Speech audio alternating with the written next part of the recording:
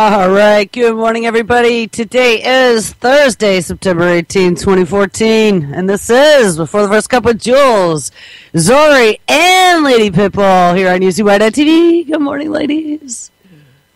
Hi. Good morning. Hey, don't sound too excited. I'm very excited. So I'm taking it everyone's kind of tired this morning.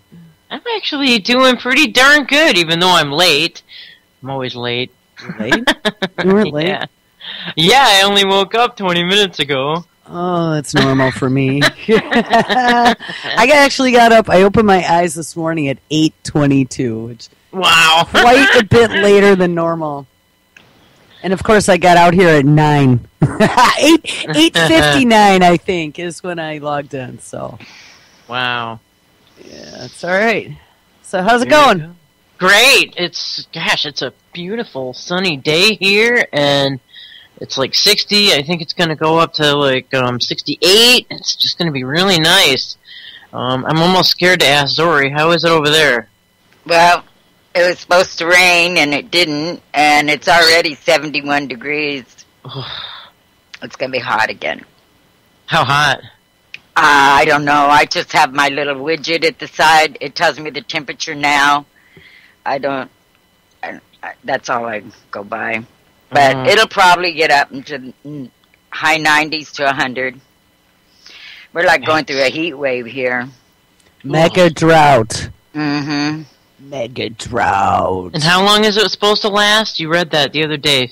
I think 30 years. 30 years. freaking years. Can you imagine? But hey, 30 years from now, we're going to be a whole new species of human. So That's right, right, so we so won't care. right. Or hey, terraforming. We're terraforming Northern California.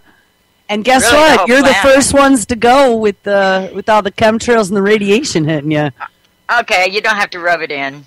I was a rough man.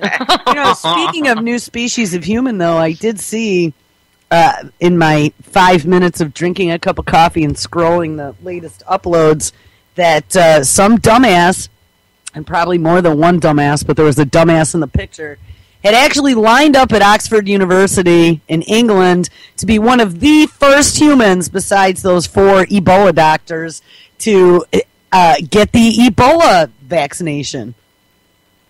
Oh, jeez. How smart is that? Hey, I want to be a human guinea pig with RNAi technology. Oh my god. Dumb ass to the second power. Beyond. Like, why would you do that? Some experimental vaccine for some highly virulent virus, and you'd be one of the first humans to line up in human testing. Oh. You think your name's going to get in the history books or something? Is that why? Like, why would you be compelled to do that? Dumbing down. Yeah, it is. I mean, did they scare you enough to think that Ebola's going to be hiding under every bed? Yes, obviously. That dude's going to be walking around going, ha, ha, ha, no, I'm immune. You know what I mean? It's a lady, actually. Oh, that woman's going to be walking around going, ha, ha, ha. No. Okay. Yeah, there's a terrorist with Ebola right around every corner. I guess. Hold on, I want to cut over here, too, because speaking about a terrorist around every corner, so I don't know if I read this before or after the show yesterday, but they were talking about catching an ISIS recruiter in Rochester, New York yesterday. Did you see that? Oh, no. Yeah, in Rochester. So this is like a week after we had this Texas sheriff saying that we were going to launch hellfire on ISIS because they're already here. And I think we played that clip. But really, they said, well, do you have evidence? He's like, no, but, they're all coming across the border. Now, remember, 6, 7, 8, I'm trying to think, 2006, when I took that FEMA class, they'd actually told us that the terrorists were going to be coming across the border dressed as illegal immigrants, okay? They had also trained us for pandemic, okay? This has all been in the works. This isn't something new that the feds are thinking about. This is a federal program I took, okay? They were already yapping, and they were talking about the universal flu vaccine, which, if you search that online, you're going to find out that this whole RNAi project all started with the universal flu vaccine. So this has been in the works for a very long time. Everything's orchestrated anymore. Nothing seems to happen by accident. Now, had I not taken that class, and that class was under Bush had financed that as part of FEMA before FEMA became Department of Homeland Security, which I think they're under now, right? Mm-hmm. Yes. But one of the things that, so we're talking about this ISIS recruiter in New York City. What do I see this morning? Now, the other thing was there were a couple clips, and I actually saw one last night, too, about the lone wolves, right? We should be afraid. We should be very afraid because these operatives act as lone wolves. There's no groups, and they could be your next-door neighbor, and they could have been all radicalized over the Internet. Could be a militia member. Well, it could be somebody who just doesn't think the government's doing a good job. And Could the be guy a yesterday... The guy yesterday, there was a story yesterday about this rampage shooting, and I've kind of been lax the last few days. I haven't been feeling good again. I think I told you my munchkin came back with the plague, and she kicked it quick. She kicked it in like 4 days, but we did homemade mommy chicken soup with every vegetable except the chicken sink from the garden, and I kept telling her it was Super Cure soup, and she did good, doubling up on D3 and mommy's super soup. Nice. But in the meantime, lots of TLC gave it to me. So I've been battling, and as you can hear right now, it's still kind of in there, but it's been the wake up in the morning and I'm half stuffed. That feeling like where it's only made half its way through. So I don't know. But anyway, so I've been really keeping up on everything like I normally do. But one of the things that I saw yesterday is that they had this. Now, I thought it was the same guy, but it wasn't. There was the cop killer in Pennsylvania, right? Mm-hmm. And then someone said something about a cop killer in New York. I haven't seen that one, but I got to go back and hit like the last week's playlist. I'm just going to sit here and put my Clockwork Orange eye lifters on and watch them all in sequence with the headphones on. But there had been the cop killer that shot the state trooper in Pennsylvania, but then there was another shooter, and there's been lots of shootings lately, by the way, because there have been probably 4 or 5 that I can remember now in the last few days. There was another shooter that I guess he drove across country, and he killed 3 or 4 young men from, I don't remember if they said like Massachusetts to Washington State, or New York to Washington State, maybe? We'll go back, because I know I have these all posted. And he shot him. He took him, there was no rhyme or reason. The one guy was shot in a car. I think that might have been in New Jersey. And the other guy was shot out in a field. But I see yesterday then, they're saying, well, he's a jihadist. He's a jihadist, and he had anti-government sentiments. Oh, and he now, because of all the innocent lives that the United States government has taken in Pakistan and Afghanistan and all the other Middle Eastern countries, his little, and I think it was just a spoken manifesto, was that now he's going to show them what it feels like to be taking innocent lives here for no reason. Now, he said that? That was in what I read yesterday. Yeah, that's his manifesto. So we'll find that clip. But here's my thing. So now we're going to link we've been talking about this for a long time with the Bunny Ranch. They were really trying to do that with those 2 shooters. Yeah. But here we go now. Anti-government sentiment against the wars in the Middle East now turns into a jihadist. Mm-hmm. So then they had that subcommittee hearing yesterday in regards to whether or not we're going to provide all that financing to start the ground invasion or the air invasion into Syria. And they are. Yeah, well, I heard that they passed it in the Senate, and it has to go to the House, or they passed in the House, it has to go to the Senate? Yeah. But it's been half-passed. And I think, of course, this is just going to be ramrodded through because anything to keep up the Q4 profits. Remember, they're all invested. Mm-hmm. Right. But here's what I caught then, very last thing before I came out here this morning. So they're talking about these lone wolves now, right? And so here's an example of a lone wolf. Oh, he's a jihadist killing young men across America. Well, guess what? So we find now an ISIS recruiter that somehow was caught in an FBI gun sting in Rochester. Oh, really? Which I really want to dig into that. I think I want to do a story on that because, there's a lot behind it that I could say, and an FBI sting with guns makes me start thinking of Fast and Furious. I mean, what the hell are we doing that for? And remember, we have the whole SAFE Act thing going on here in New York State. We have Duffy, who's a lieutenant governor to Cuomo, who pretty much has stuck his tail between his legs and really wants to distance himself from the SAFE Act since the whole state of New York hates Cuomo. And Duffy has decided to not run in this next election. Well, Duffy had been the former mayor of Rochester. And before Duffy became the mayor of Rochester, Duffy was the chief of police of Rochester. Oh. He has said that he is heading back to Rochester now to be the head of I don't remember what the name of the organization is called, Greater Rochester something organization. And basically what they do is they try to make the image of Rochester great to get tourism and companies to come here, right?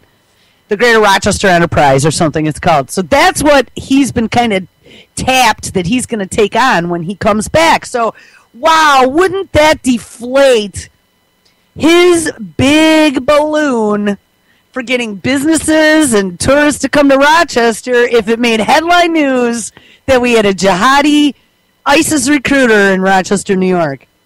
Yeah. Just saying. Just saying. Rochester's not too far from you, is it? I live in the outskirts of Rochester, yes. Oh, shit. Oh, geez, Jules, you got ISIL in your back door. No shit. Well, and the other thing was, too, I had to kind of laugh when it was first sent to me because we had the Lackawanna 7 when I lived in Buffalo. Oh, I think I remember vaguely that. That was way back. So anyway, just before I come up to put the cherry on all of this, so the ISIS recruiter in Rochester yesterday, ISIS lone wolves are now targeting New York and Las Vegas. Where does my best friend live? Las Vegas. Yes. Oh, jeez. Where have I gone twice in the last year to see my friends? Yeah, I was like, uh-oh. They're after you, Jules. Maybe. It's making me so paranoid now. And actually, I've spoken to Duffy personally on the phone, too, before for some issues that were going on, and I busted a crooked contractor that screwed me over, and the whole time he was screwing me over, he's going on about how impressed I should be because he's doing work with Duffy in the city. And so after he majorly screwed me over to the tune of, lots of money for this disaster he left me here, and the attorneys told me that there was nothing they could do because everything was hidden in shell organizations, I made certain that I called Mr. Duffy. And he's I don't know, people have said bad things about him, but all I got to say is he's a mayor of a large city in New York State. He called me on a Friday afternoon after 5 to have a conversation with me over the message that I left with the secretary. So now that's neat. Well, it was, and he had me send him. I had surveys done. I had the you hire one of those appraisers to come for insurance purposes because I was going to take this asshole to court, man. I was going to sue his ass, and it was. I mean, if it was like $1,000. It wouldn't have been, small. It would have been like small claims court, but it was a lot. I mean, we put an addition on. This was probably about 10 years ago, and this guy the whole thing had to be taken apart and started over. It was a disaster. So,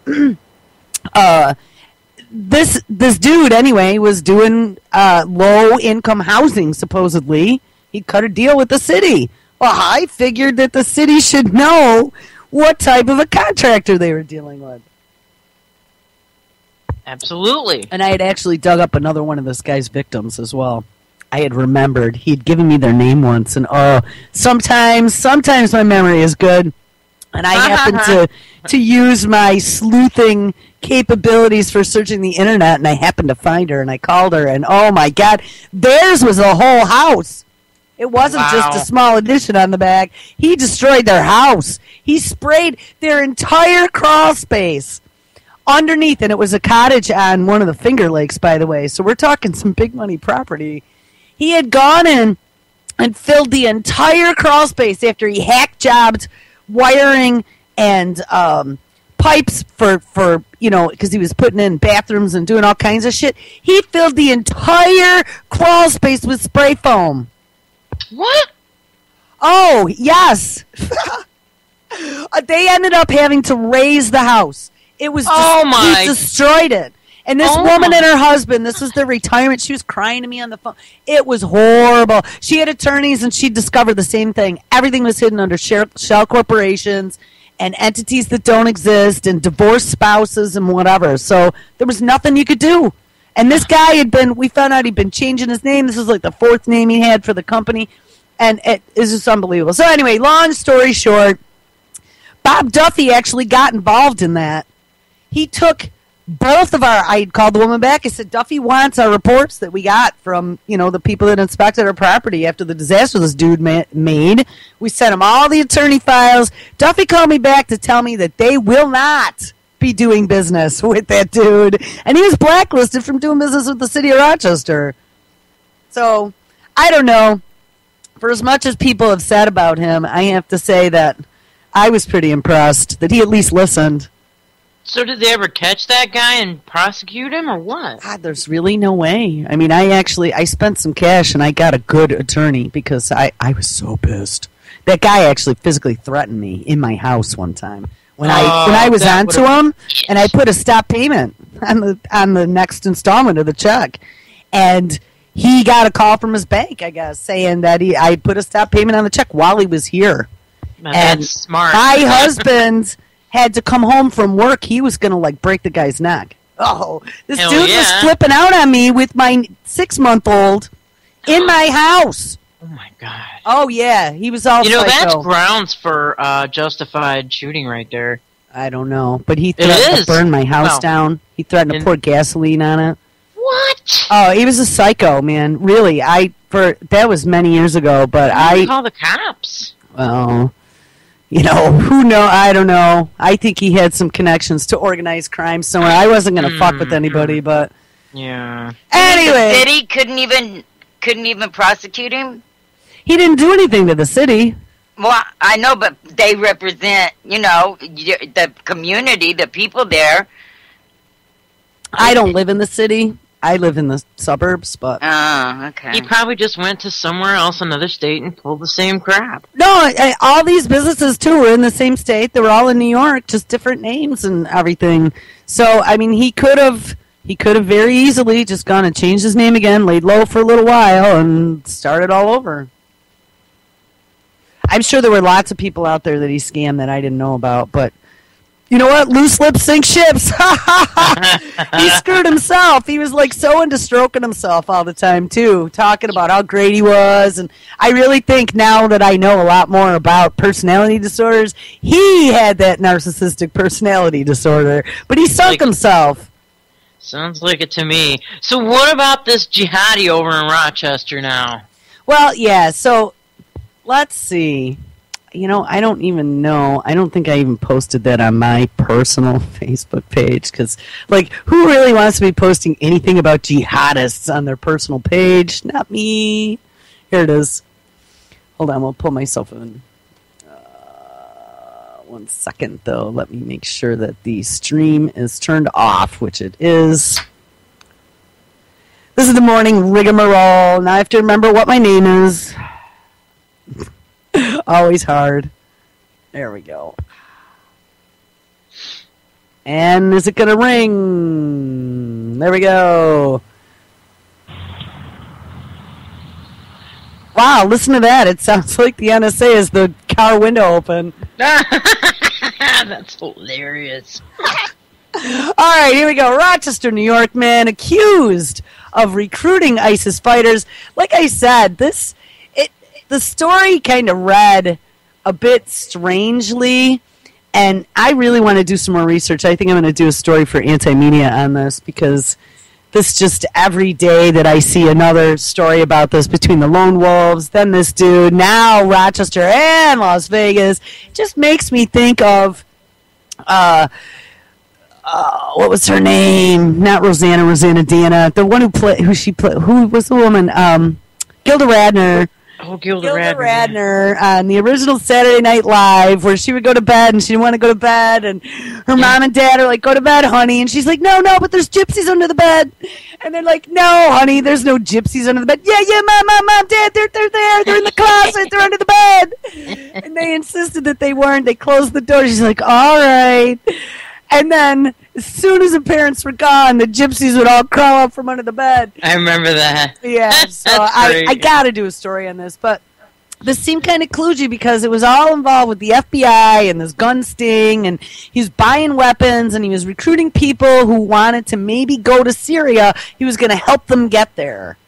Now, that to me, I mean, he wasn't like standing out in the middle of the road saying, you know, it just, this almost sounds to me like he's some dude that might have been really against what's going on. He was a naturalized citizen. I believe they said he was from Yemen. And I don't know. This did not sound like a guy who had a bomb plot to blow up Rochester, that's for sure.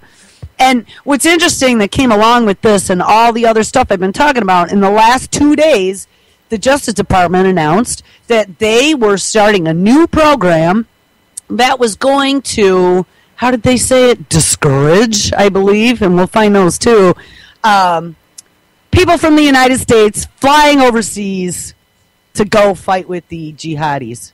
What does that mean now? Now they're going to start blocking people from leaving the country?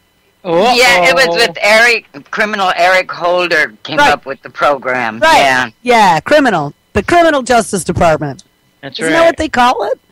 Mm-hmm. Yeah, and the criminal FBI agents are running around finding the suckers. Well, that's exactly it. And that's what happened to this Mufid Alfijaj or something. All right, here. So this is the Rochester, New York man accused of recruiting ISIS fighters. Maybe. A New York State man is accused this morning of trying to recruit fighters for ISIS. Bob Orr is in Washington, where the Attorney General says the suspect also targeted American troops in the United States. Bob, good morning. Good morning. Well, this is a case of an American who prosecutors say wanted to help ISIS. But Mufid Elgi was caught in an FBI sting. Now the 30-year-old naturalized U.S. citizen from Yemen has been indicted for attempting to aid the terror group. According to court papers, Elgi tried to help 3 people travel to Syria to fight with ISIS, but 2 of his potential recruits were actually informants working with the FBI. Now, wait a minute. There we go. Of course. I wonder if this is the case that Hal was talking about on Sunday on Behind the Woodshed, where the guy was indicted for attempting. Do you remember? Did anyone else listen to the show? Yeah, I did. I listened to it. Yeah, and he's like, but wait. And I mean, we've mentioned this before. Is this like the beginnings of thought crime? When have you ever been, aren't you innocent until proven guilty? If you didn't break the law, how could you be indicted in front of a grand jury, no less? Attempting. The word conspiracy, for one thing. That's just talking about it can get you put in prison. But you know what gets me mostly? If someone goes through all the trouble to become an American citizen, they left that area over there for a reason. Why would they be doing this anyway? Right. Yeah, that doesn't make sense, or you're right about that. Right. And if he had had anything in his past history that would set off red alarms, wouldn't they have discovered that when he applied for citizenship? Exactly. You would think, unless the FBI ushered in the red carpet, the proverbial red carpet for him to come to this point here, where they totally set him up. Oh, well, then they can pull the carpet out. Yeah. Short sheet. That's right, dude. You're screwed now. Yeah, all right, here, there's another, just under a minute. Elgi in all faces 7 criminal charges, among them 3 counts of attempting to provide support to a foreign terrorist organization. Now, isn't that in the NDAA? Didn't we talk about that? Yes. Funding, being able, like, if, let's say, you take in donations and somehow one of those donors is connected to a terrorist organization, or somehow one of the entities then that you use your donations to pay for, like, let's say Skype. What if they trace Skype back to a terrorist organization, Microsoft? paying your $3.99 a month for your phone number could be considered financing the terrorists. Collateral support to the terrorists. Absolutely. So, right, here. Oh, go ahead. No, go ahead. I was just going to play the rest of the clip. Yeah, please. All right. And one count of attempting to kill officers and employees of the U.S. government. Now, the feds began monitoring him back in 2013. Then in this May, he was arrested allegedly after purchasing firearms from an FBI informant that he thought was actually a radical militant. Prosecutors say Elfke was plotting to kill American service members when they returned from Iraq. No, wait a minute. So we have lots of radical militants selling guns in Rochester, I could tell you that. Yep, he must have. From a radical militant. And so he was attempting to kill service members coming back from Iraq? Is that what he said? That's what he said. was attempting to buy the guns. So right? they could kill him. So that we're going to back this up for 1 second. I want to hear that again. Okay. Yeah. Plotting to kill American service members when they returned from Iraq. But the guns he bought had been rendered inoperable by the FBI. Now, his arrest comes as the FBI continues its effort across the country to stop the flow of American fighters to Syria. Elfke will be arraigned on Thursday. Nora? Yes, and what the subtext to that story should be is, and we needed more gun cases in New York because there's a lot of pushback against the SAFE Act. Right. Do you hear that? That's what that's about. And like I said, the fact that it happened in Rochester and Duffy kind of turned his back on the governor who inked that SAFE Act bill seems very convenient. All right. I don't know. It's weird. Well, FBI's always involved. I mean, they always seem to have a handle on things, don't they? Yeah, well, they're so well funded. That's because they plan everything out. Yeah, they're the ones that are doing this crap. The thing that gets me is that if you're a regular person and you're caught, quote unquote, funding the terrorists when our own government is the one arming the terrorists and you know what I mean? training them and letting them out of the prisons that they lock them into. Yeah, and trading them for hostages and funding. They're the ones funding these bastards. I mean, but nobody, in Congress just said the okay to go and fund some more. So this whole thing is just a big joke on the entire world as far as I'm concerned. Well, it is. And if you notice, there aren't a lot of countries. We read that the other day. Supposedly there were 30 countries, right? Nobody can name them. Right, but no one can name them. And before that story came out, I had actually read something that a lot of the other countries were distancing themselves from us and did not want to get themselves into this. Now, one of them, it did come out in one of the stories we were reading the other day, Zorie, in regards to Turkey. Remember, somewhere in there we had seen that Turkey had refused to help us in our fight against them. Yep. I just caught a video this morning, and wow, now I'm trying to remember where I put it, where Turkey will not allow us to launch airstrikes from Turkey against ISIS. Oh, here it is. Wow. Here, Turkey refuses. Now, isn't Turkey like where we were training those guys and then shipping them off into Syria? And were we bringing, getting guns through Turkey? They also? absolutely were. Yeah, they were shipping them out of Libya and up and around through Turkey, giving them to the terrorists, training them. CIA admitted training of those moderates or whatever they were to go fight Assad, and then we patted them on the butt and shipped them over the border. Yep. Yeah. Exactly.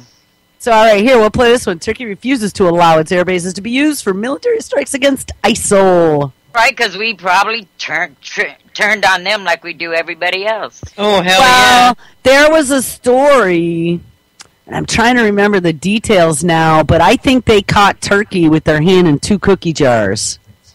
They were buying oil or something from now the ISIS members who had captured the Iraqi oil fields. I think that's what it was about. And Turkey was trying to play both sides of the fence.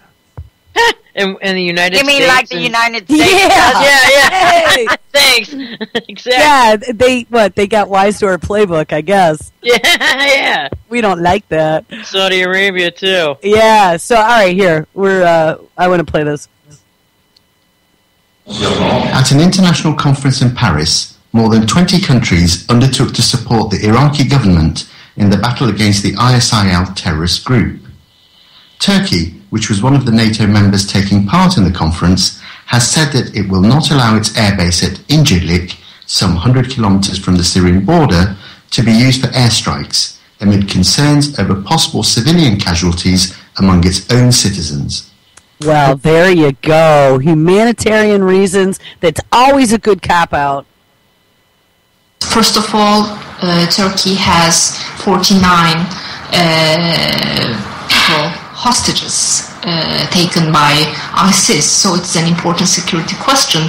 So if Turkey is more involved in this operation, in this international engagement, of course the lives of these people would be in risk. However, Now, kind of like the mother that came out and pled for her son's life, and so they probably picked him out of the lineup and said, you. Yep. They brought my attention to you.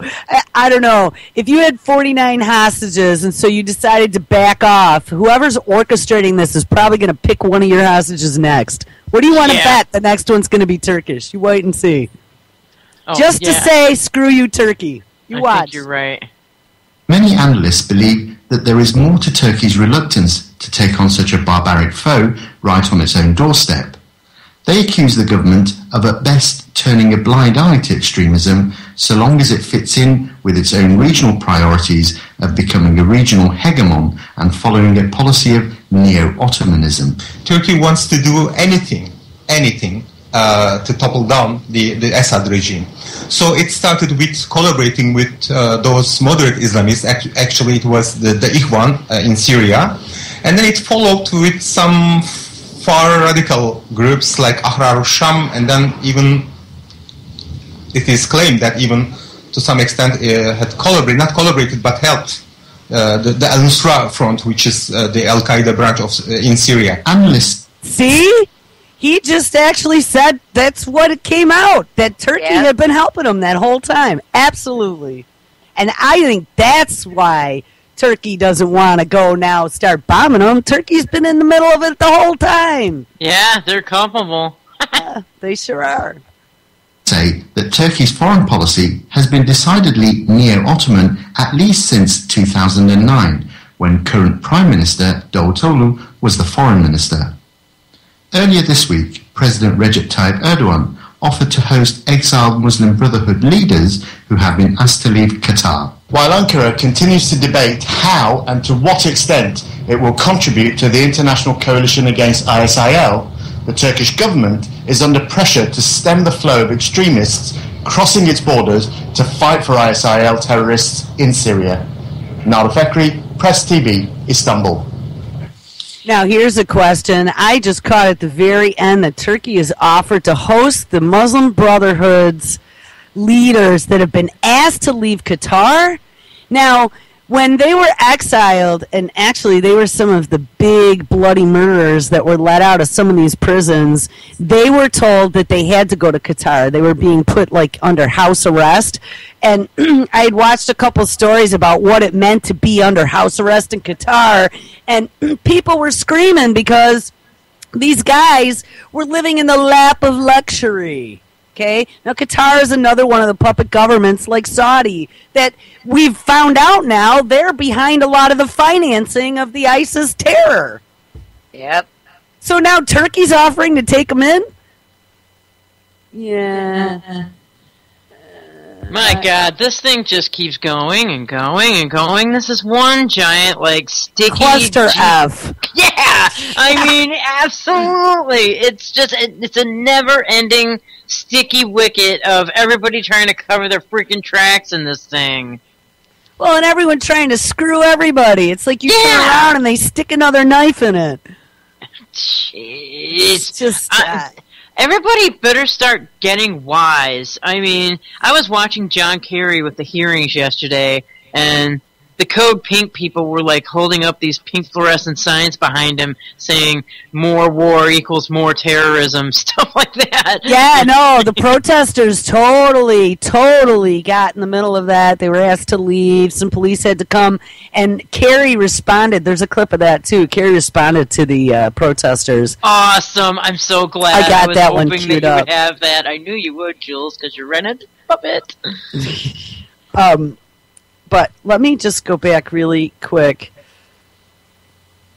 I just wanted to see if the scrolls before we get too far forward. So there was Hagel, Hagel took over for Gates, right? Isn't he like now the head of the Defense Department? And McCain. Oh, God, McStain were involved here. I think McCain got bitch slapped a little bit. Hagel definitely did. Here, should we listen to McStain? Oh, his voice just... I heard Nick yesterday. Nick, we've been trying to get clips set up for him in their new setup, and last night I want to give them applause. They played clips, so they must have figured it out. I tried to walk him through stereo mix using multiple machines and stuff, so I think they got that worked out. So it was awesome, but he started out with McStain talking about how he's been chumming it up with the terrorists. Yeah, he's good buddies. Talks to him all the time. Yeah, that's what the clip said. He goes to visit him. You remember that a couple years ago? That was Memorial Day. They had these shots of them. They looked like they were sucking brews, all sitting around the table playing poker. And wasn't McStain also the same dude who was sitting during one of the really important Senate conference calls, playing freaking poker on his phone? Yeah. So he very well could have been. They're probably his online poker buddies on their laptops in the cave. Oh, all right. So McStain, this is at the Senate hearing on ISIS from yesterday, I believe. Oh, this man's voice makes me crawl. ISIL now, the estimates are that there's some 31,000 metastasizing in a very rapid fashion into a much larger force. Metastasizing. Yeah, let's use cancerous words. Big words. All right. To many of us, that seems like a inadequate response to what... Would you please be quiet? I'm protesters. Please leave the room. Please remove their thing. Please remove the disruptions. You're not acceptable. What was that? I said, remove the protesters. We can't have any truth in this building. Well, exactly. And didn't we just watch the clip the day before with Lee Camp about where are all the anti-war protesters, and do we even know who we're fighting and why? Right. It's right, too. Yeah, he absolutely is. So now we actually get protesters, and you're right, they were Code Pink. Everyone was in pink with pink signs, pink shirts, standing at this hearing, and they're all being shooed out. And there actually are 3 or 4 clips of different instances. But all right, let me finish this. Please remove the lady from here. Thank you very much to our office. Thank you. I always appreciate special attention from this group, Mr. Chairman. Oh. Yuck. Funny, funny. With a big smile on his face. Shame on you.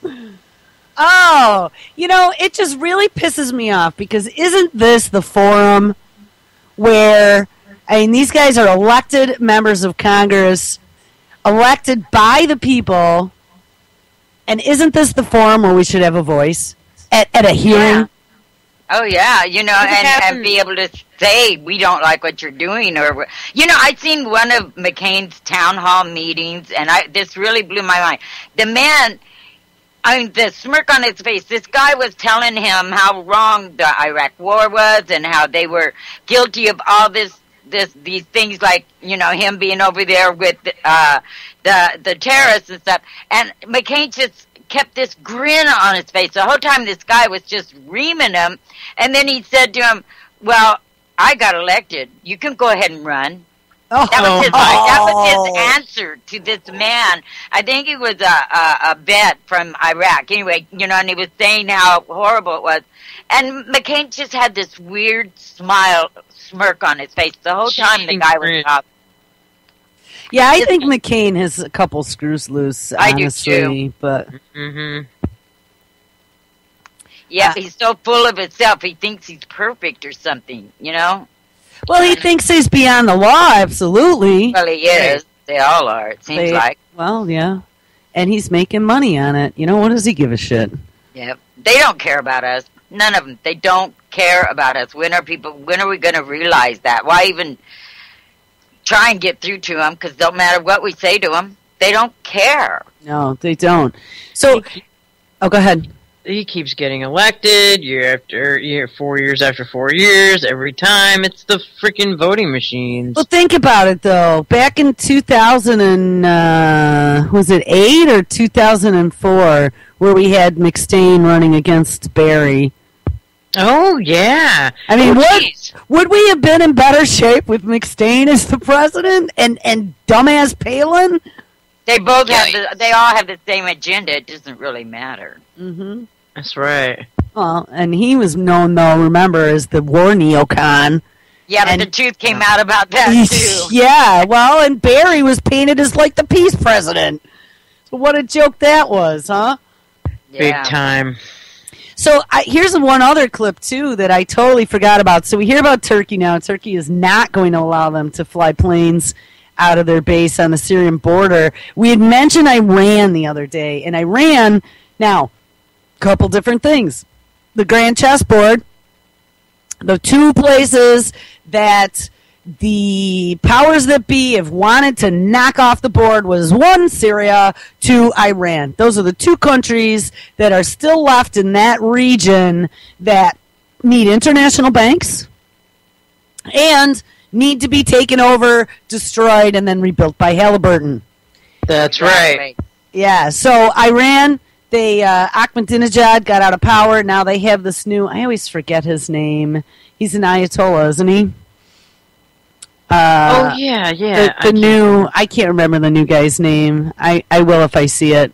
They've been really out of the news lately, if you noticed. Iran, the new guy, he wanted to be all cooperative. He said, okay, you guys want to come in and inspect. We don't have a nuclear program. Now, hey, would I blame them if they had a secret nuclear program? No. No, I would think they were stupid if they didn't. Well, exactly. You got, like, these global powers that want to come in and destroy your country and take it over. How are you like they've done to all your neighbors? Right, exactly. Aren't you going to be finding a way to protect yourself? I mean, I agree with you, Zorie. They would be stupid if they don't have some sort of program. But he's been real cooperative. He has not been argumentative at all. When this whole ISIS thing blew up in everybody's faces, they even offered to help, because ISIS is their enemy as well, and that gets into all the different factions of, what kind of Muslim it is. And, I know enough to be dangerous, right? Sunni, Shia, and then there's all these other subheadings. But the long story short, Iran has been very cooperative, okay? Ahmadinejad, I actually thought he was kind of cool. And call me a terrorist for that, but if you paid attention to Ahmadinejad before he became president, Ahmadinejad had been traveling all over the United States giving lectures at universities. The guy's a PhD, and he's not a dumb cookie. That's right. He even said 9/11 was an inside job. Yeah, and I found out, I think we did this clip, Pigmine had a video clip way back a couple channels ago that had shown the U.S. Embassy in Iran had been turned into a 9/11 truth museum. Oh, see? Perfect. Yeah, it was That's hysterical. awesome. It was hysterical. All right, so a clip comes out a few days ago. So Turkey doesn't want to get behind us. Well, guess what?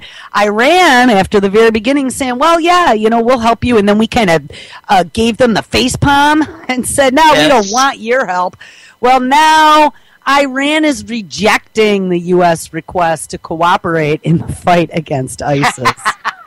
So they said, Fuck you. I think it's great. So here, we're going to listen to this. Oh, wait, I got to connect. There we go. All right, so a clip comes out. Oh, shit. Hold on. I had to relaunch my chat, and my thing's playing. All right, let's go back now. We'll try this again. I'm having some major computer problems right now, by the way, here. Oh, it sucks. It's daily now. At least my blood pressure doesn't go up anymore. Okay, wow. Let's back that truck up and reconnect again. All right, here we go. Of Iran's Islamic Revolution, Ayatollah Sayyid Ali Khamenei says the United States is seeking to expand its military presence in the Middle East by declaring war on ISIL Takfiri militants. Ayatollah Khamenei said Iran has rejected a U.S. request for cooperation against ISIL militants in Iraq and Syria.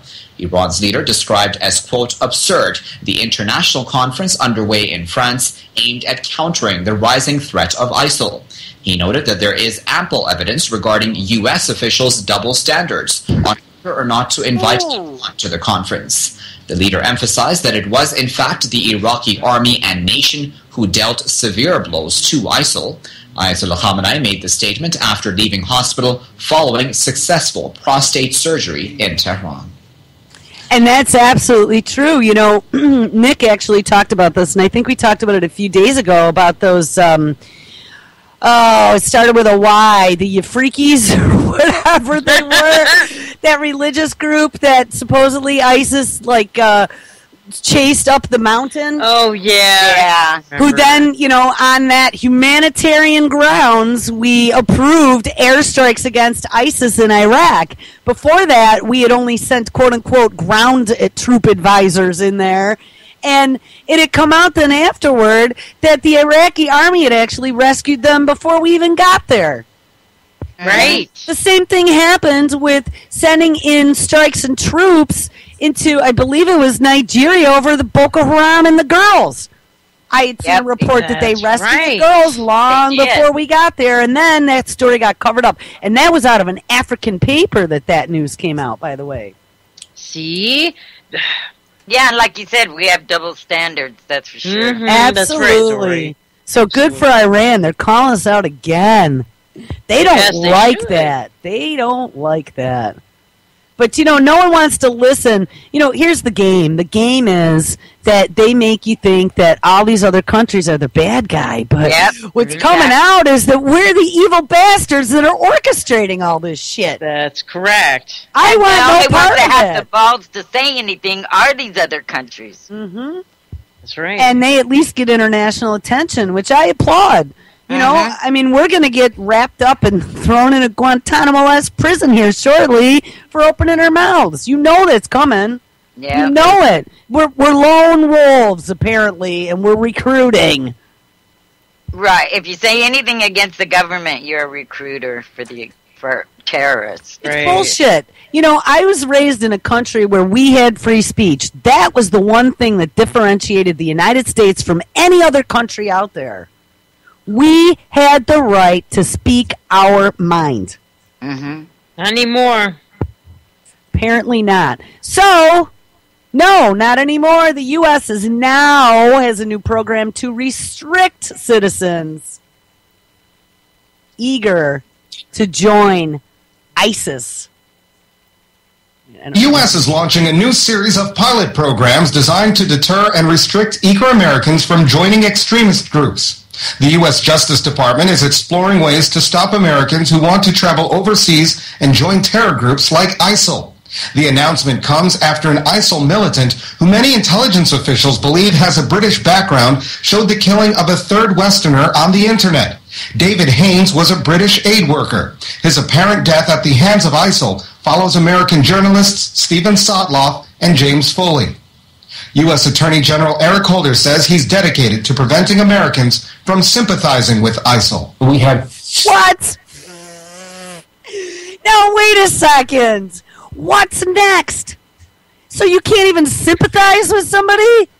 Apparently not. And I mean, I don't care who it is. Isn't it my free choice to sympathize with somebody? No sympathy allowed. I'm sorry. I can't even believe what I just heard. To prevent Americans from sympathizing.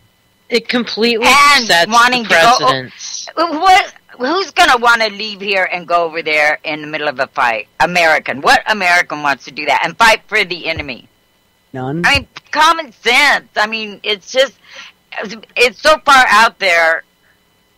I'm scared that people really believe this, that they can't think enough to go, what? This isn't right. There's something wrong here.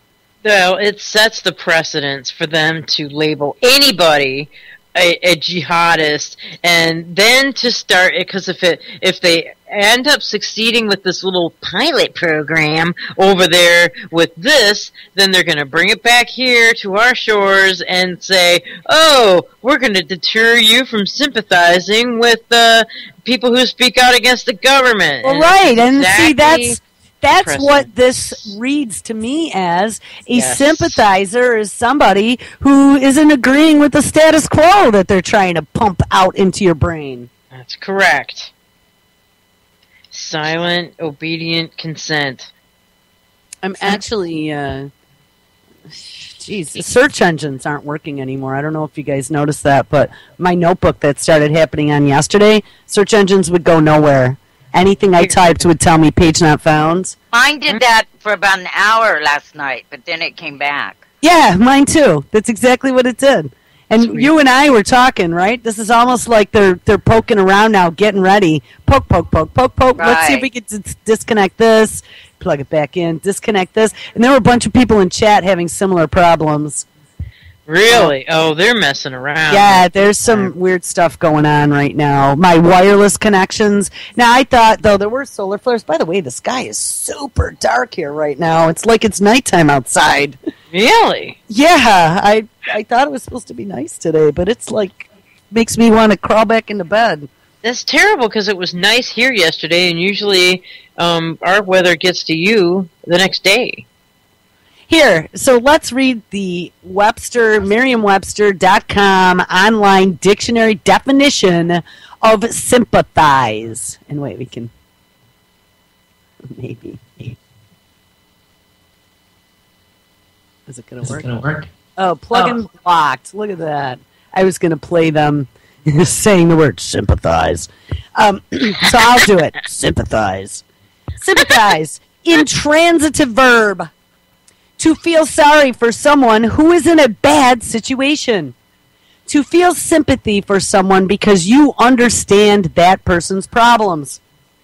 To feel or show support for or approval for something. So that's probably the definition of sympathizing that they're talking about. To be we can't be feeling anything towards these people but hate. Right. We need to feel hate. And let's see what the antonym is for sympathize. Do they give any of those? Because I would have to say that hate would probably be close. Oh, look, they don't give antonyms? No. That's weird. Yeah, that is weird. Is that something that they stopped teaching because of Common Core? Probably. They gave words that rhyme with sympathize. They also give the definition of sympathize for children. Wait a minute. When in the hell did they start putting in words that rhyme? What the hell? I have no idea. And the first one in the list... The words for children are different than the words for adults? The definition is a little bit different. It's simpler. But the very first word that rhymes with sympathize in the list is, oh, you better believe it, advertise. Oh, my God. Now, if that is not Common Core, I don't know what is. God help us. Yes. Here, wait. Let's go to thesaurus.com. That was one of my favorites. Well, it was a thesaurus was my favorite in college. What the hell does rhyming words have to do with the definition of anything? I guess if you're writing later or something. If what? So they might go into being a rapper. Well, right, and remember, rap songs, there was a clip a few weeks ago that the jihadists are now sending out jihadist messages through rap songs.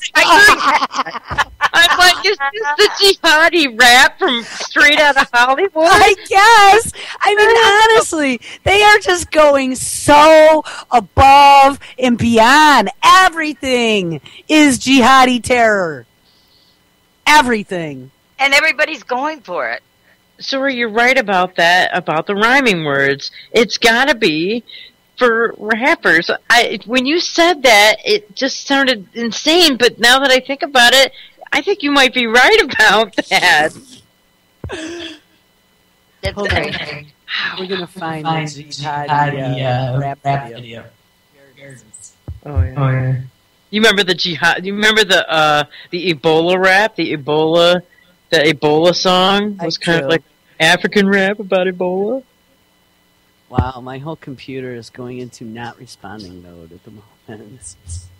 Did we say jihadi too many times? Did I plug it into the search engine too many times? Yep. You've done it again. Oh, damn. Search engine. Okay, here, hold on. Hassan Chop, authentic jihad rap. Oh, God, no. Hassan Chop. What is that? Chopping head? Come on. Yeah, well, Hassan, didn't we even use the same term, Hassan Chop, about these beheading videos? How, like, they're using this little dull hunting knife, but didn't they used to use, like, the Hassan Chop sword? Yeah. Hassan Chop. Mutton chops. All right, here, Jihad Cool. The young Americans lured to fight for ISIS using rap videos. Maybe Oh, give me a break. Over the interwebs. Lame ass shit. It is. It's just me. I just can't even get over this shit. Oh, that might have video here. No. Never mind. This act is annoying, isn't it? Yeah. It's the NSA open window mic. It is. Well, it's the new one that now they've found a way to open it in this other machine again. Jeez. Yeah, well, I wonder if maybe they pulled the video. Because it was from 2014. I know it originally was on the Pigmine 5 channel that's gone, and I don't see anyone else has it. So, one of those ones that are kind of lost now in the memory hole. Yeah. So wait, here though, we did not finish playing the clip from Criminal, in brackets, Attorney General Eric Holder, about the U.S. restricting citizens eager to join ISIS. So he was saying about those who sympathize, remember? Yep. Let's get back there. I backed it up just a little bit. All right. From sympathizing with ISIL. We have engaged in extensive outreach to communities here in the United States so we can work with them to identify threats before they emerge. But we can't. So is that like sending in the FBI infiltrators, like the one that caught the dude in Rochester? That's what he means by that. yes. And in the article they also said that they're sending them into Muslim communities. They're saying that people don't trust them at all because of all the stings they've done onto them. Well, since 9/11 and all the bullshit. I mean, wasn't that deemed against the Constitution, what they were doing back then? I thought so, for like what they were doing in New York City, where they were infiltrating mosques and stuff and spying on them, trying to set them up. Stop. Yeah, so all right, here, I'm going to play the rest of this. Okay. And we must do even more. The Justice Department is looking for various ways to stifle the seemingly successful recruitment tactics of Takfiri militants. The Department of Justice is partnering with the White House, the Department of Homeland Security, and the National Counterterrorism Center. It will launch a series of pilot programs in cities across the country to counter potential terrorists at grassroots levels. Oh my God. Here it comes, people. It is. It's here. Here, but I mean, they had just outlined it. Grassroots efforts, pilot projects, in all these cities across the country with all the big boys. That's right. I better start closing my back door when I do this show, I think. I always keep my back door open, but, I live in a neighborhood, so I'm sure all my neighbors hear the show every day, live and in person. all I need is for some whack job to go, oh my God, we have a jihadi living next door. Oh my God. And neighbors are going to start, the more people get scared, the more this crap's going to perpetuate. Mm-hmm, absolutely. 1-800, I have a terrorist living next door. Yeah. You get a $500 Walmart card. It's not that unreal. We joke about it, but it very well could happen. Oh, I agree. I agree. All right, here, we'll play the rest. Says that the extensive outreach will begin in neighborhoods across the United States. Oh, my God! Oh, I'm starting to get really warm. Near you. Yes, my head is getting hot. These programs will bring together community representatives, public safety officials, religious leaders, and the United States attorneys to improve local engagement. Oh, my God. And I bet you they're going to start asking our kids questions in schools. Sure. They're going to start asking doctors to give up your records, anyone who seems to have any anger issues. Oh. That's correct. And and then the psychological profiling begins on the American public. To counter violent extremism. Holder says U.S. intelligence officials have established methods for identifying American extremists who are attempting to join terror groups abroad. Next week, the White House will hold a summit on countering violent extremism. Colin Campbell, Press TV, Washington. So, are they going to drop that ecstasy bomb on people? Yeah, I wouldn't doubt it one bit. Right, there was that was when I first got started in this, there was that CIA presentation that was given about how to manipulate the brain. Do you remember that? Against extremist beliefs and things, radical religious crazies. Well, everything locked up against, I don't know. I can't even drop a link in the chat, people. My chat's locked up in 2 browsers now. Aww. They're really messing about. I think I need to just kill my home machine and start over here. But it doesn't really help in the middle of a show. Well, I guess I'm going to have to, because guess what? 2 browsers are now completely non-responsive. Oh, my God. Everything is non-responsive. Just a big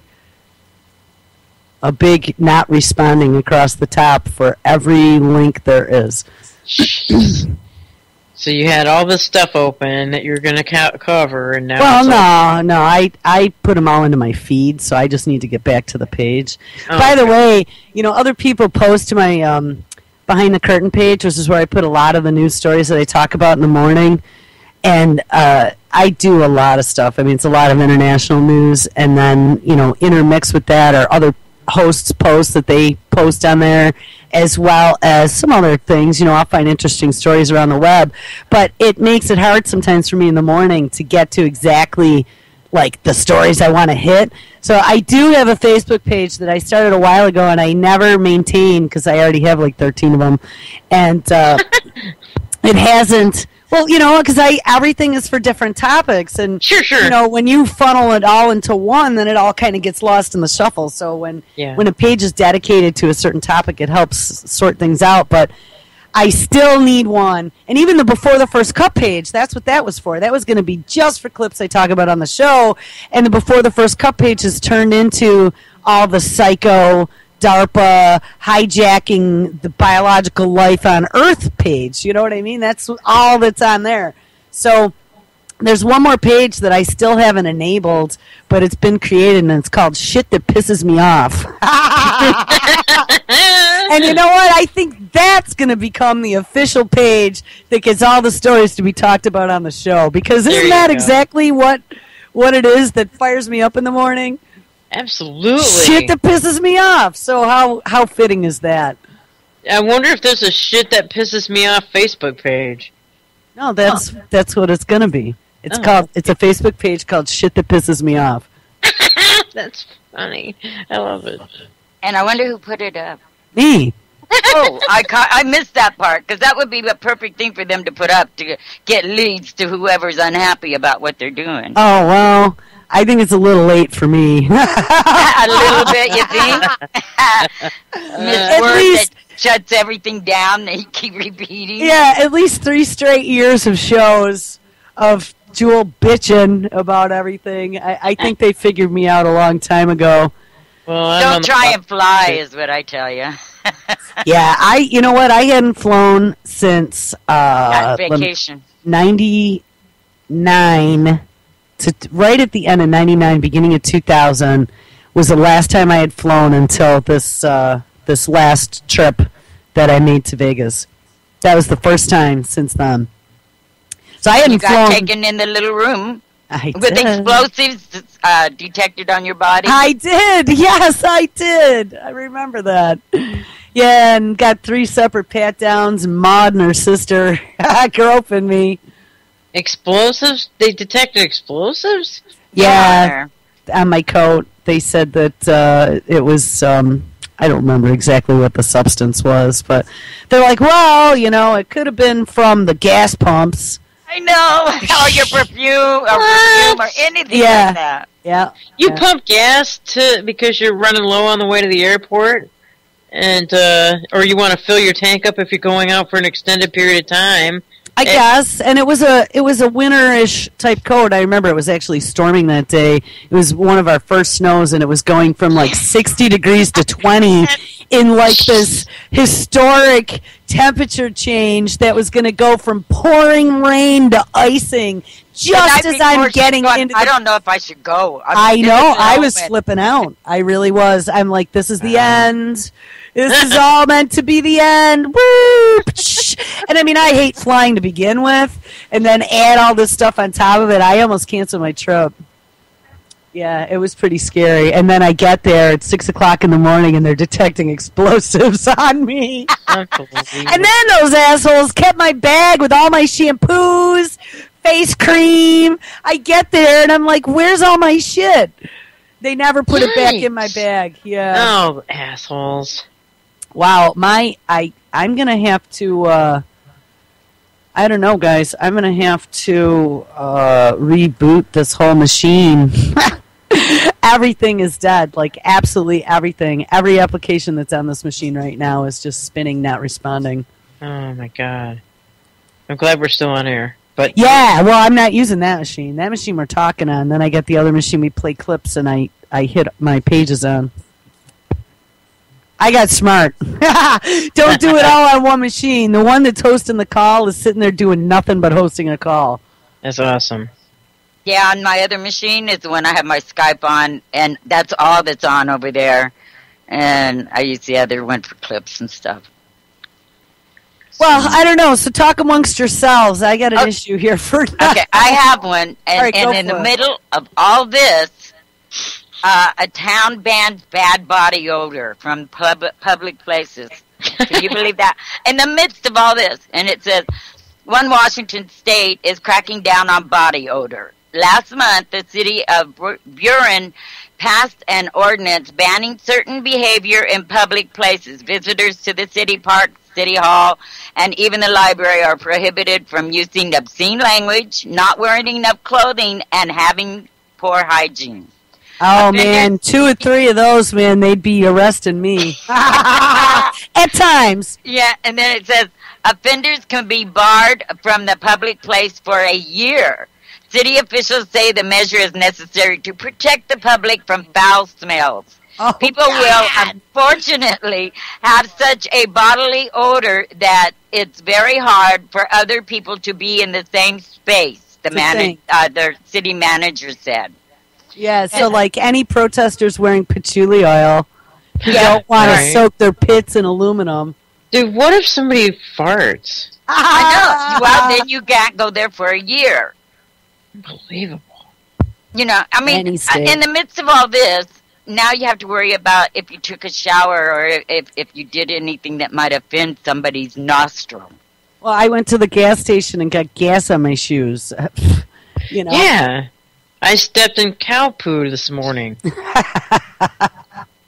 And I'm on my way downtown to get some freaking binder twine for my hay bales. Right, or you're working, you're out there, and of course you're going to be sweating and stuff, and so that, the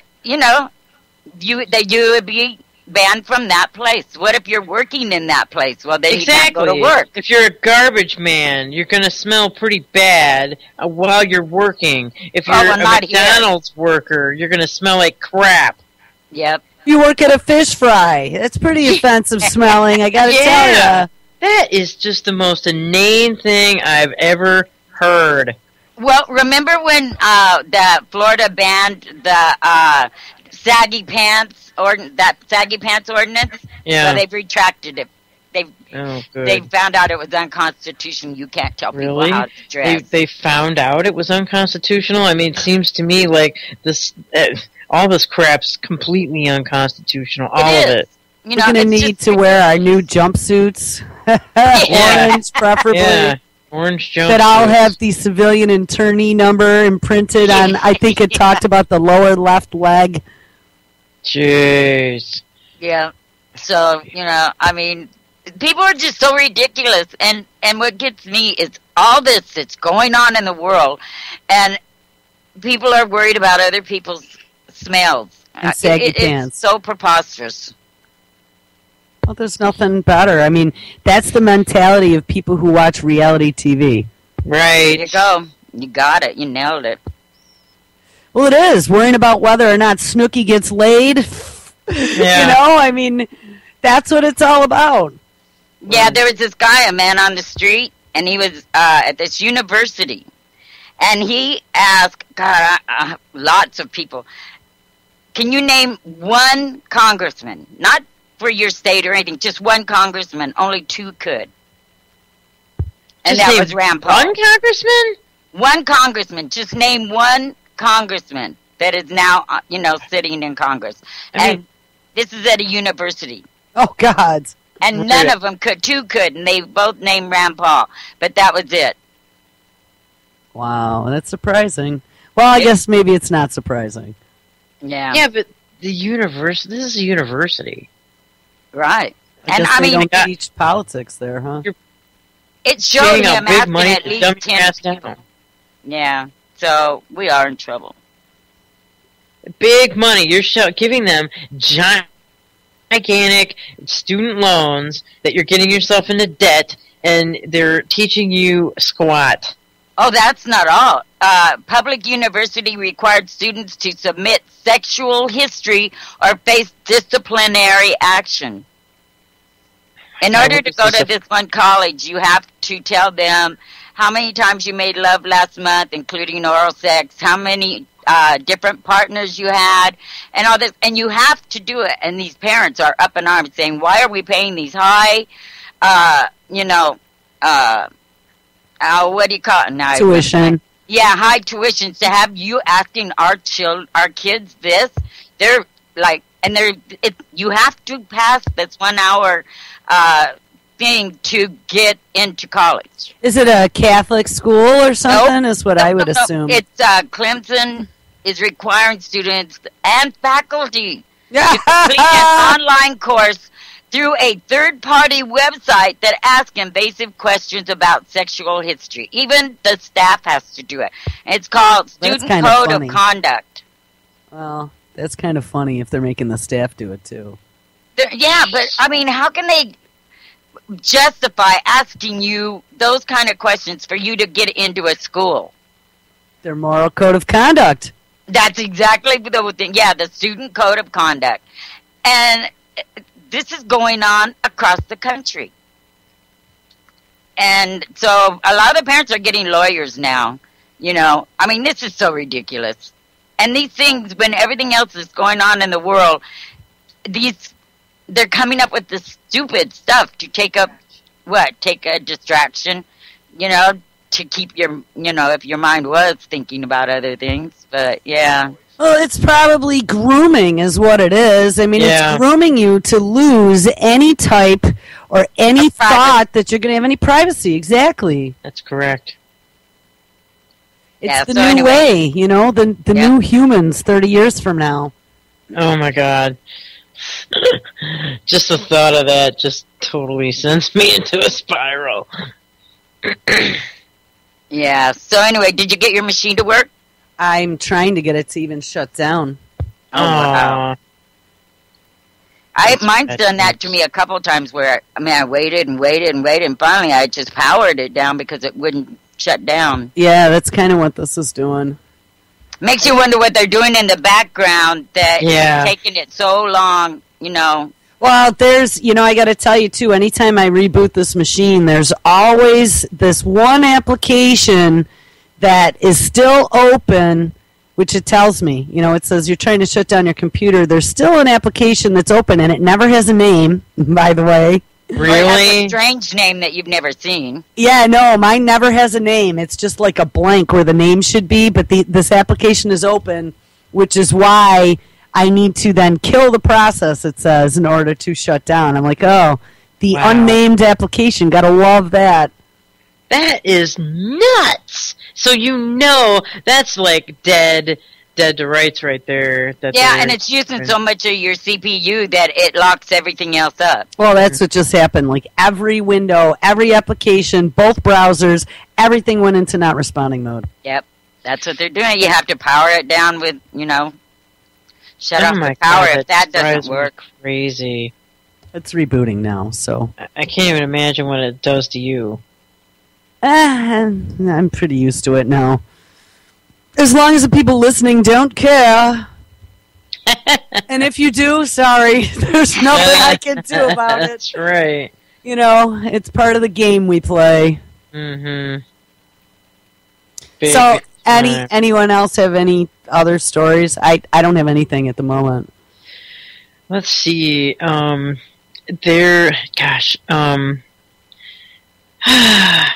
wanted to bring something up, and I can't freaking remember now. The CDC confirms that respiratory virus. Oh, that's what I wanted to bring up. It's now in Virginia. But if you read it, the description of it, it's describing the common cold. Yeah, we got an email from the school district yesterday saying that it's been detected in New York now, too, by the way. Well, I'm telling you, thank you, Zorie. I'm so glad you totally... That's exactly what I wanted to bring up. The emergency rooms here in almost every hospital is flooded with children with this respiratory issue, and they are now, I guess the Detroit Medical Center in downtown Detroit is saying that nobody 18 and under 18 years of age is allowed to visit the hospital. Because they do not want to infect I said children. That the other day. That's what they told us in that FEMA class. A, they were going to go after our children, and B, if there's a pandemic, don't go to the hospital because they're not going to accept you. Don't go to the doctor's office. Don't sit in the waiting room because you're going to get everyone else sick. They want you to quarantine yourself at home. Right. Average 6-year-old. So, but now no visitors under 18 are allowed to even visit the hospital. That's great. And I guess University of Michigan's overflowing with people, and every single, like all the hospitals are just inundated with people with this respiratory thing. And I, like I said, I just had my friend's sister just died of this like 3 weeks ago. Oh, I didn't know that. What? Yeah, I wasn't here the one Monday a couple weeks ago because I was at the funeral. She was a postal worker. She was only, I think, 37 years old. Shally have a friend also that died and from Shally had a friend, yes. This lady was only 37 years old. Wow. And her lungs she had an episode of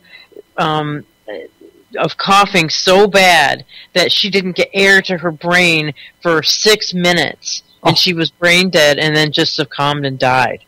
Well, that's what I was saying yesterday. I almost feel that if I don't feel any better, I was thinking I might have to go get a chest x-ray. My lungs really hurt.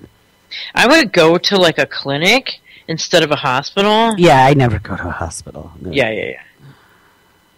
Clinics are well, my friend in Texas has it also, and they're giving him antibiotics and steroids. Well, they're giving his brother. My friend decided to do it on his own. He's self-doing, but his brother, and there were all kinds of people there, and that's Texas also. Yeah, it's spreading. It's spreading really, really bad. And with the start of the school year, like Jules was saying, it's just going like wildfire right now. And, well, that's because the kids are in school, and then they bring it home to their parents and their brothers and sisters. Right, like I'm feeling right now. I'm battling whatever the plague is that was brought home. Jeez. Oh my gosh. So this on top of everything else. Well, and it was meant to be that way. That's right. Right? Remember, like right before all this happened, there was the whole ramp up about the CDC and about the misplaced vials and about, oh my God, we had pneumonic plague. And then that wasn't Marburg. It was, I don't remember what it was called. It was a weird virus that they were finding in rabbits in Colorado. Then a woman died. Then we had dengue. Dengue, whatever. Yes, fever and but they can't scare us with terrorists. They're going to scare us with diseases. It's Well, right. And remember, all these new vaccinations that are just sitting there in the pipeline, waiting for human trials, and all that money to be made. Well, and big tobacco now in bed with them all. I mean, this is just one big fat gooey orgy. Yeah. Well, it takes the military-industrial complex to like a brand new level. Because industrial complex. Right. Well, I mean, it's military-industrial though, because yesterday Obama said we're sending in surgical strikes to go take care of Ebola. That's right. It's national security, is what he said. Surgical strikes. No, what the hell does that mean? I didn't hear that. That's what I was thinking when I heard the clip that we played of McCain saying that ISIS had metastasized. Yeah, I was like, so the next thing out of someone's mouth is going to be surgical strikes. Right. Makes sense. Like a nanobot loaded with nanotech injected into your arm. Nano disease. Nano cancer. God knows what else. Well, a lot of people are thinking that they're just adding it into the chemtrails. Well, it's possible. That's one way of spreading it, yeah. Who knows? I mean, it's just like Charlie was saying the other day. They attack from multiple fronts, and this is what we're seeing. All right, I think I have rebooted. Yay! I know, I need to get Skype back up again and my pages, but I think I'm online. Yeah, last night when I brought up Skype, it automatically updated itself. I mean, before I could even use it or even click it off. Had you updated, by the way? They forced an update on everybody. Yeah, they did last night on mine. I couldn't even shut it down. It just went right into the update. Well, they were forcing before. They said that you had to update, and if you didn't update, you would log in, and it would log you out automatically, and then it would give you a note saying that before you can use Skype again, you need to update your software. Oh, I never got one of those. So that's why it just auto-updated, because you ignored it, apparently. Or they didn't get to you. But yeah, they forced everyone to upgrade.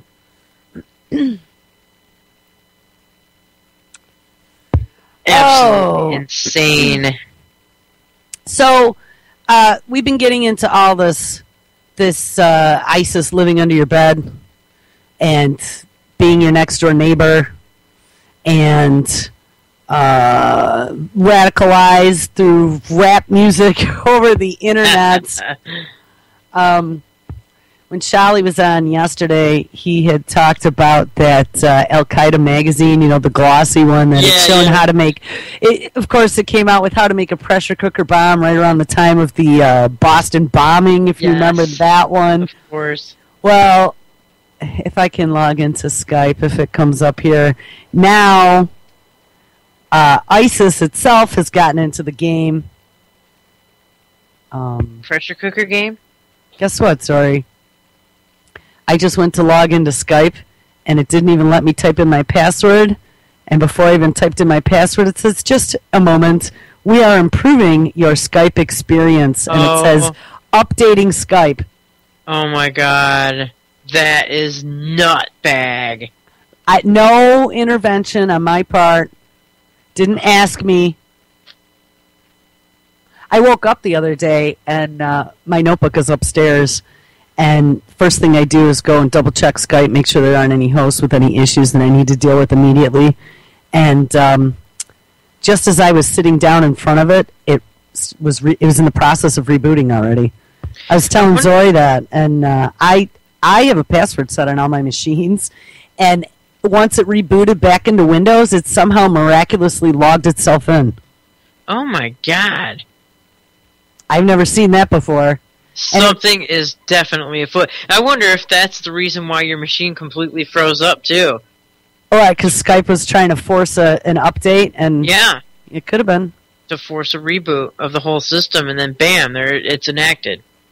Enabled. I think, too, there's another app that these spy agencies are running on our machines that require them to do a key log of your passwords or something like once a week. I mean, I don't know what the frequency is, but I'm just throwing that out there.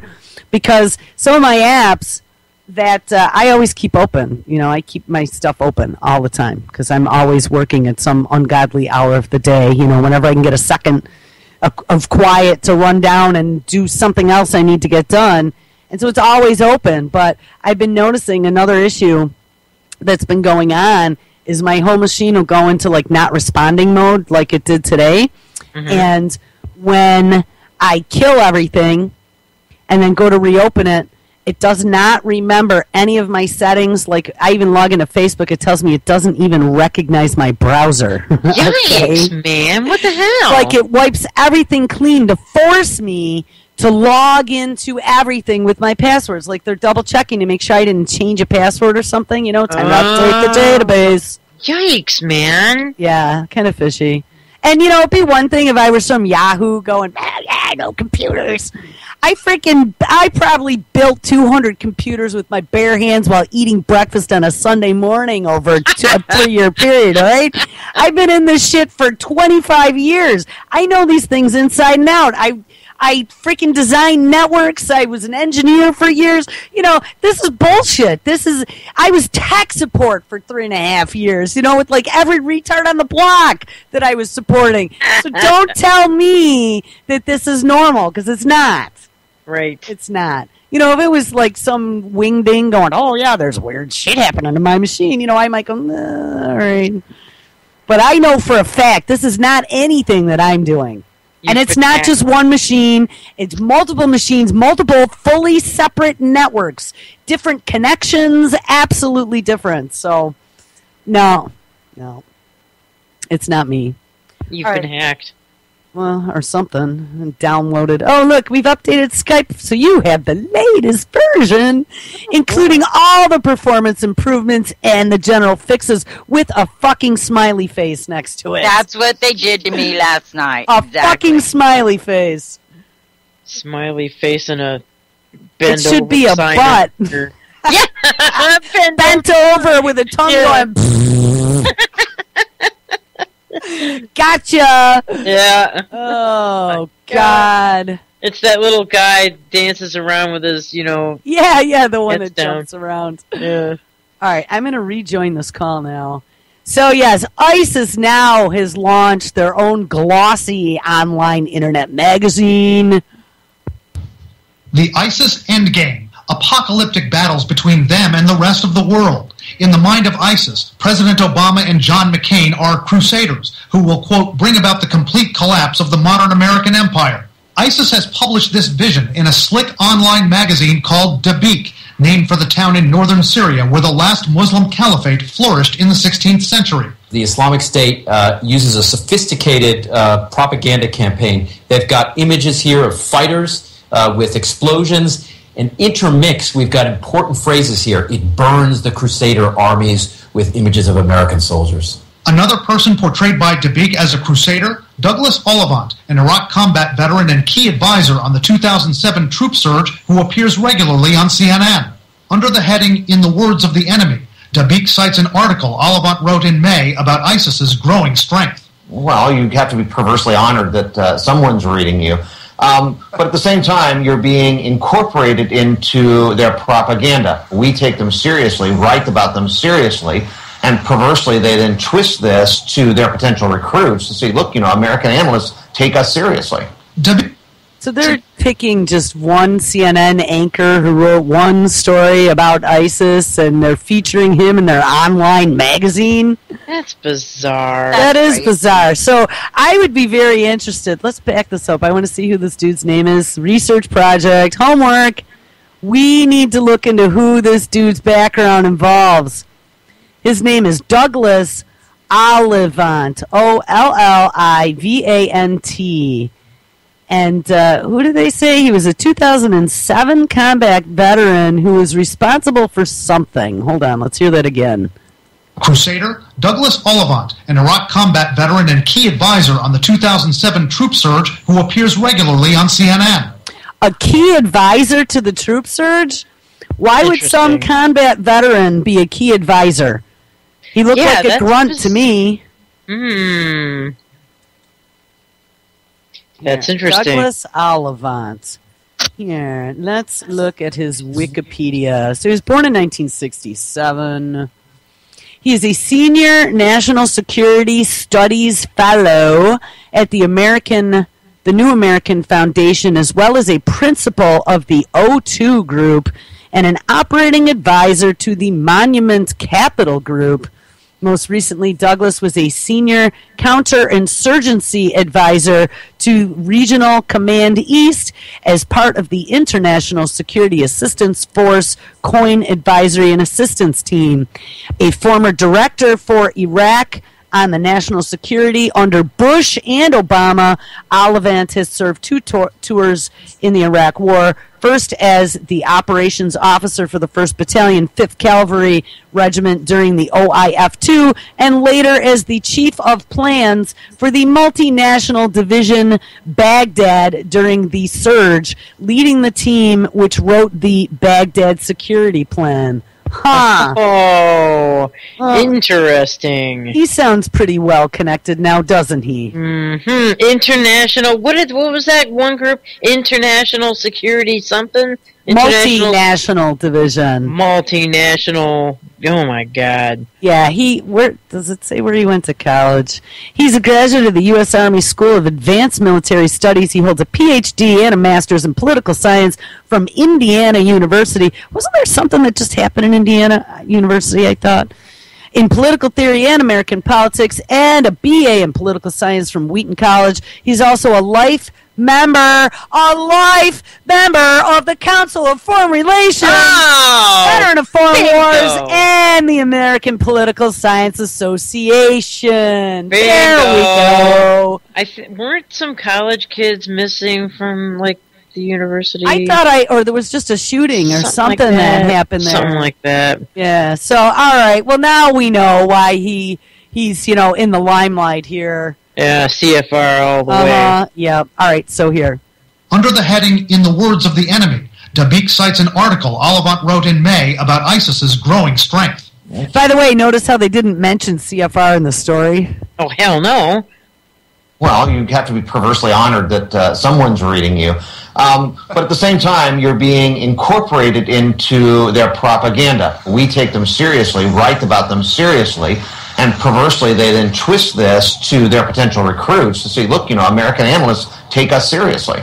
Dabiq differs from another terrorist glossy, Inspire. That magazine from Al-Qaeda in the Arabian Peninsula has manuals on how to make bombs and get them onto planes. This is very different. This is encouraging people to come, to recruit, and to join the army in Iraq and Syria and fight. Dabiq has plenty of violent images to lure jihadists, the mutilated bodies of Muslims wounded and killed by Western forces and their allies, but also of ISIS's own victims. In its most recent issue, the final section is dedicated to the beheading of James Foley, defending his murder as retribution for Western military campaigns in the Middle East. So notice how this comes out right at the same time the Justice Department decides that they are going to form a new coalition to go after people who are sympathetic. Right. Oh, man. Nice connection there. So here we go. So now we got lone wolves, one in Rochester, New York, and one in Las Vegas. I can't wait to hear this. With ISIS propaganda out of Syria and Iraq juiced up on steroids, the overriding threat to America, U.S. officials say, is twofold. Homegrown violent extremists, the so-called lone wolves, and planes, a favored terror target because of the economic impact. Mitch Silver ran the NYPD's Intelligence Analysis Division. So there's sort of a flair for the dramatic, and there's nothing more dramatic than an exploding airliner, and I think that's one of the reasons why they've continued to aim for that target. Experts believe bomb makers now in Syria have been training jihadis from the West, in part to attack jetliners. It operates the most sophisticated propaganda machine of any terrorist organization. Today, wait, are they talking about us? The most sophisticated propaganda machine of terrorists. Yes, called the United States of America with a K. Head of the National Counterterrorism Center testified the immediate threat to the U.S., lone wolves. What really worries American counterterrorism officials is that ISIS will prioritize launching attacks against the United States, will train Western recruits in bomb making and send them back. Unlike a sophisticated 9/11 attack where hijackers learned how to fly planes, officials say simpler attacks are the real threat, appealing to extremists who need virtually no training and little money to spread chaos with homemade explosives pieced together from store-bought items. The Boston Marathon bombers used pressure cooker devices they learned to make online. Didn't we know they were going to connect that dots? Come on. Yeah, you totally called that. This is so is blatant. It's such bullshit. You know, anyone with half a brain, all it takes me is every night I scan down through these uploads. And like I've said before, there are people that put comments on there about why are you spreading this propaganda. It's not propaganda. What you're doing is you're paying attention to the propaganda that they're spewing into everybody else's head to call bullshit on it. And you pick it apart so that the average bozo out there would hopefully listen and decipher it with you and then understand, you know, have a greater understanding. This is an absolute psyop. Yes, absolutely. Bingo, you totally nailed that. The 2009 subway plotter also made his own explosive device, as did the foiled 2010 Times Square car bomber. Why don't I remember them? He was kind of cute. I don't remember those two. Do you? No. Times Square car bomb. Oh, maybe that was the dude that had the car parked that they thought there were explosives. I don't remember them ever saying they found explosives, but maybe. Oh, it's the memory hole. No one's going to remember that. All right, here. With the specter of ISIS in Iraq and Syria and the arrest of a Rochester, New York man accused of recruiting wannabe ISIS fighters, the NYPD stepped up security Wednesday on mass transit and places like Times Square to provide peace of mind.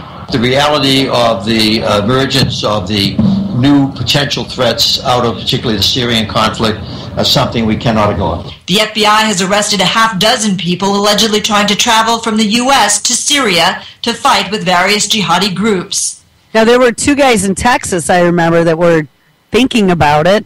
And then there was the girl in Colorado that supposedly fell in love with some guy overseas, and she was I think she was a nursing student or whatever, and she decided she was going to go help them, they say.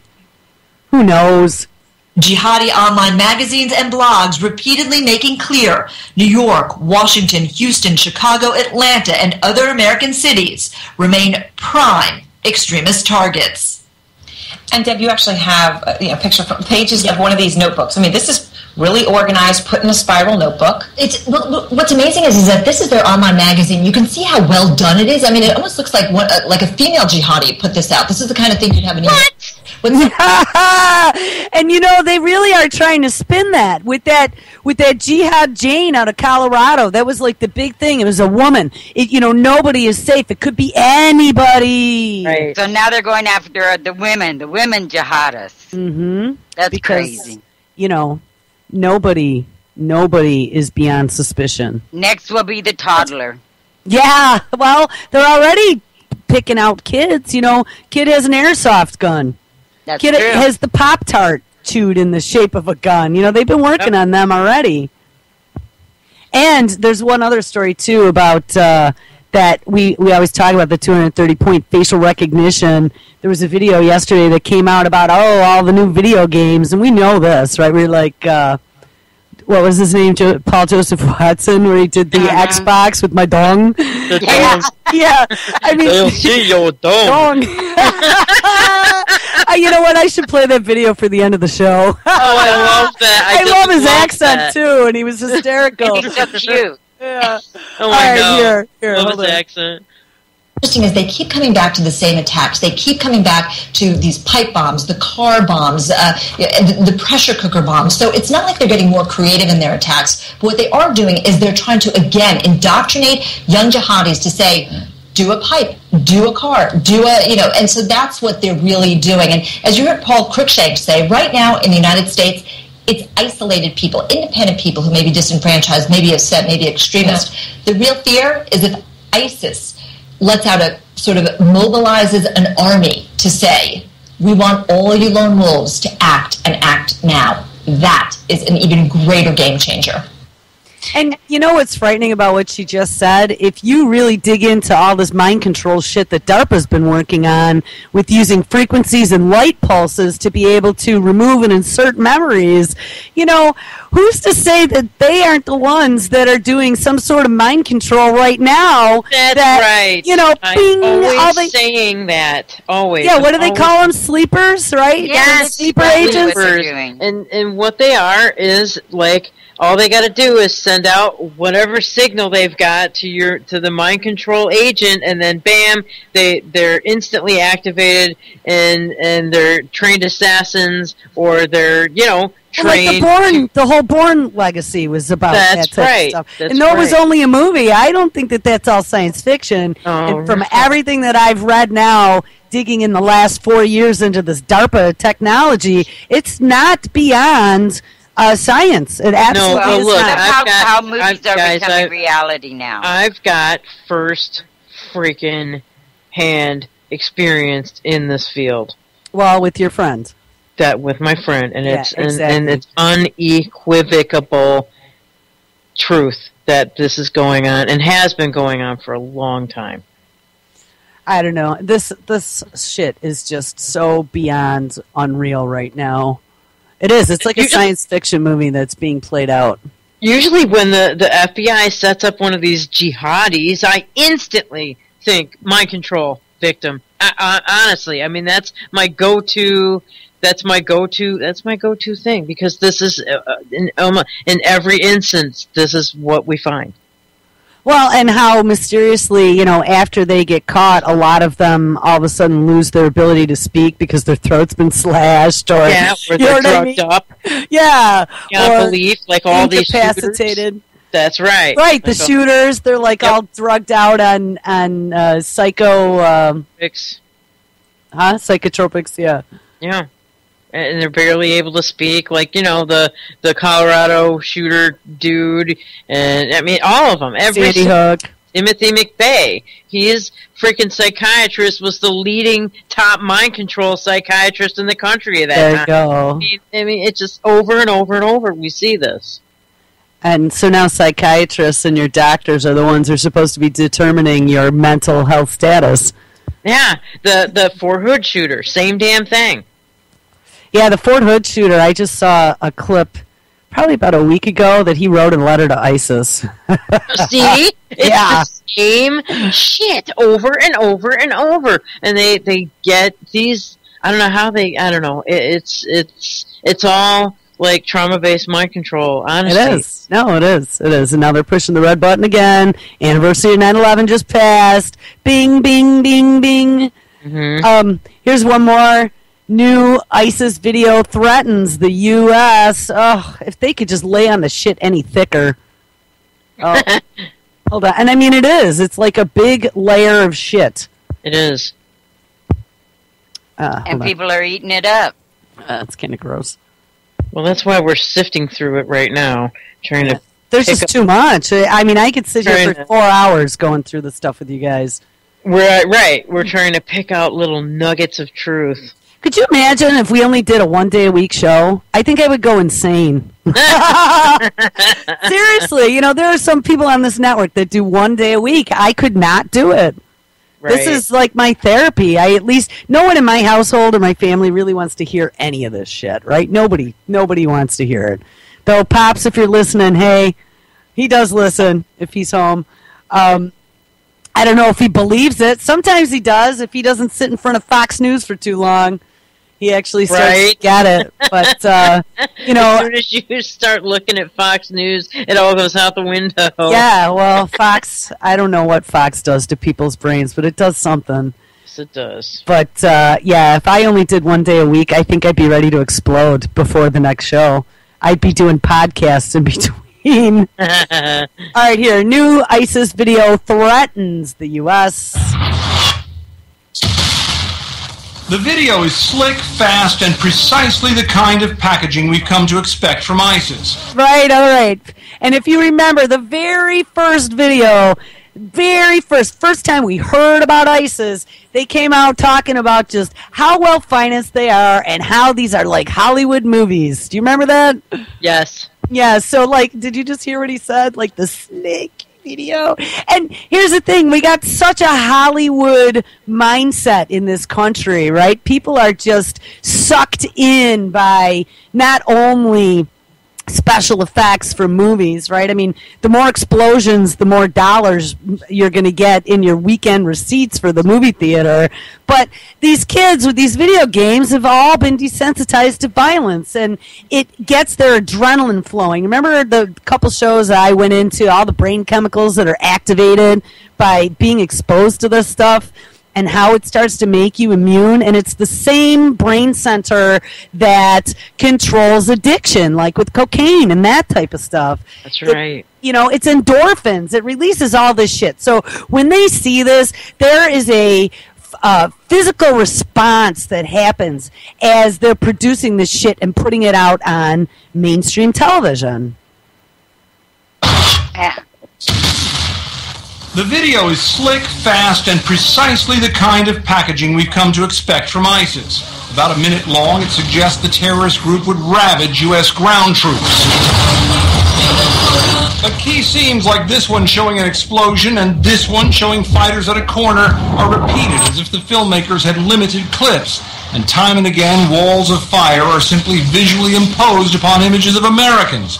That's a message to analysts like Frank Silufo, who studies propaganda at George Washington University. They are trying to project a power that they arguably do not have. Without underplaying the real threat, that is likely true.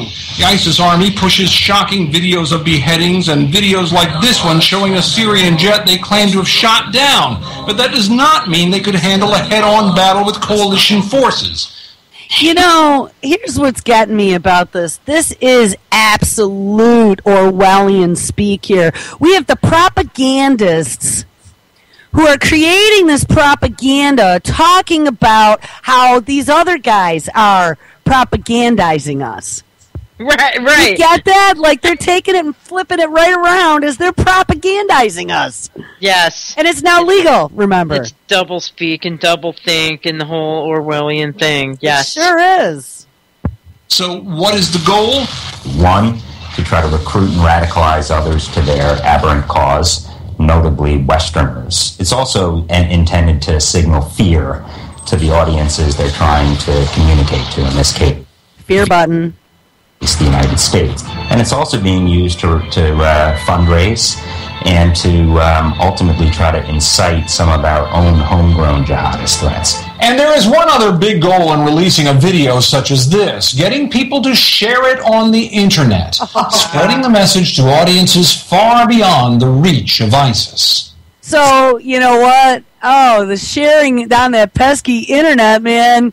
That's just going to create all these jihadists. So what do we have to do? Oh, Cyber Patrol. There you go. Cyber Patrol. And let's don't forget, every single television network's airing this video right now. Right. Exactly. Come on. And the biggest propaganda channel of them all. Yes. Wolf Blitzer. No, man. In military terms, that process is a force multiplier, transforming what could well be a cheap movie made by one person with a laptop into something much more menacing. Tom Foreman, CNN.